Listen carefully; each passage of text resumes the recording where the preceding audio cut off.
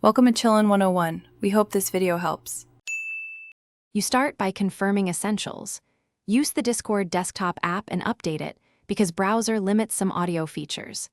Next, plug in and select the exact microphone in your operating system so Discord sees the right device. Once done, disable any conflicting audio filters or enhancements at the OS or headset level so Discord's noise suppression can take full control. This prevents competing processing and ensures the next steps affect the same input stream you will configure in Discord. Now open Discord's user settings and go to voice and video to set the input device you prepared. Then pick input mode. Choose voice activity and turn off automatic sensitivity so you can fine-tune the threshold. This prevents clipping or constant transmit.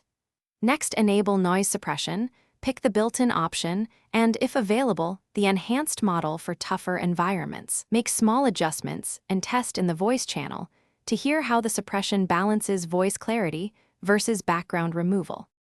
Finish by testing live in a voice channel. Speak normally, reposition the mic, and tweak input gain until voice sounds natural with background reduced. If you hear robotic artifacts or clipped words, switch between the standard and enhanced suppression models and retest, because each handles noise differently. When issues persist, restart Discord, update audio drivers, and temporarily disable other audio apps to find conflicts. If nothing helps, revert to a lower suppression setting and consider adding a hardware pop filter or moving away from noise sources. Thanks for watching. Consider subscribing if we helped you.